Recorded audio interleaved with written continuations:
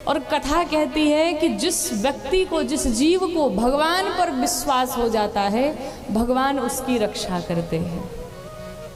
कोई व्यक्ति अगर बैठ जाए, ये शास्त्र कहते हैं, पुराण कहते हैं कि कोई जीव अगर भगवान के भी भरोसे रह जाए तो भगवान उसे कभी भूखा नहीं सोने देते हैं।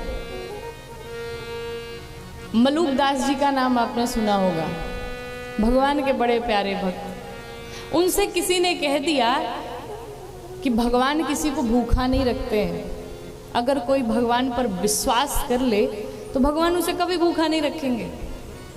तो मलूक जी ने सोचा कि चलो थोड़ी हम परीक्षा ले लेते हैं भगवान की, देखते हैं कि आज भगवान हमें कैसे खिलाएंगे। क्या भगवान स्वयं आते अपने हाथों से खिलाने? आज मुझे देखना है भगवान कैसे आते हैं। मलूक जी जाकर के एक जंगल में बैठ गए और एक जंगल में जाकर के पेड़ों पर जाकर के ऊपर बैठ गए। भोजन पानी कुछ नहीं लिया, कहा देखता हूं आज भगवान मुझे कैसे खिलाएंगे, मैं भगवान के भरोसे बैठा हूं। पूरा दिन बीत गया महाराज, कोई नहीं आया। मलूक जी सोच रहे हैं दिन तो बीत गया, रात बाकी है, क्या हो सकता है, क्या भगवान सचमुच आएंगे? तब तक एक बुढ़िया मैया आई वन में गाय चराने के लिए, और गौ मैया को चराने के लिए जैसे ही आई तो उन्होंने पॉलीथीन में रोटी और अचार रखे थे कि चलो गौ मैया को चराते चराते अगर भूख लगेगी तो मैं खा लूंगी। मैया आई और जिस पेड़ के ऊपर मलूक जी बैठे हुए थे उसी पेड़ के नीचे रोटी और अचार छोड़ के चली गई। अब कारण जो भी रहा वो मैया वापस नहीं आई। जब रात हुई तो कुछ चोर आए, 4-5 चोर आए।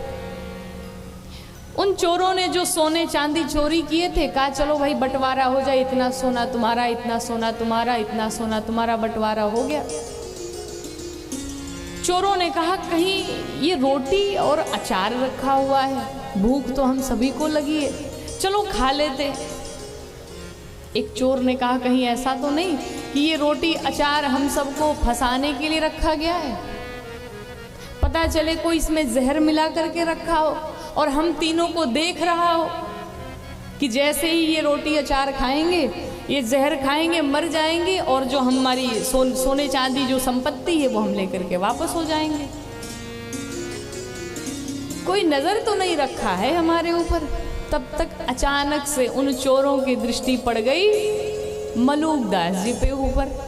अरे राम, ये देखो ऊपर बैठा हुआ है, ये हम लोगों के ऊपर नजर रखे हुआ था, इसी ने अचार और रोटी रखी है। तो मलूक दास जी से चोरों ने पूछा क्यों भाई अचार रोटी आपने रखी? मलूक दास जी ने कहा हमें तो पता ही नहीं है कौन अचार रोटी रख के गया, मैं नहीं जानता हूँ। चोरों ने कहा ये झूठ बोल रहा है, इसी ने रखी है अचार रोटी, चलो नीचे उतर के आओ। मलूक दास जी को जबरन नीचे उतार के लाए। जब नीचे उतरे तो कहा ये बताओ, सच सच बताओ, ये अचार रोटी किसने रखी है? अब मलूक दास जी तो सही गए, महाराज हमने थोड़ी रखी है, हमने नहीं रखी है, कोई रख के गया होगा। नहीं तुमने ही रखी है, जहर मिला है इसमें। तो मलूक दास जी ने कहा भाई इसमें जहर मिला है, क्या मिला है मुझे कुछ नहीं पता है। चोरों ने कहा चल पहले तू खा, पहले तू खाएगा। मलूक दास जी ने कहा नहीं, हमने संकल्प लिया, मैं नहीं खाऊंगा आज तो मैंने संकल्प लिया है कि भगवान ही मुझे खिलाएंगे। चोरों ने कहा ऐसे कैसे तू नहीं खाएगा, हम सब मिलके तुझे खिलाएंगे। अब मलूक दास कहते मैं नहीं खाऊंगा और चोर कहते देखो देखो ये मना कर रहा है, लगता है इसी ने जहर इसमें मिला रखा है। उन चोरों ने मलूक दास जी को पकड़ करके एक रोटी जबरदस्ती खिलाई, कुछ नहीं हुआ। एक चोर ने कहा मुझे लगता है बिचली वाली रोटी में इसने जहर मिला रखा, अब बिचली वाली दूसरी रोटी खिलाओ। अब वो दूसरी रोटी ठूस ठूस के खिला रहे उसे। तीसरी रोटी नहीं, तीसरी रोटी में जरूर जहर होगा, तीसरी रोटी जबरदस्ती उसे खिलाए जा रहे हैं। तीनों रोटी महाराज खिला दी।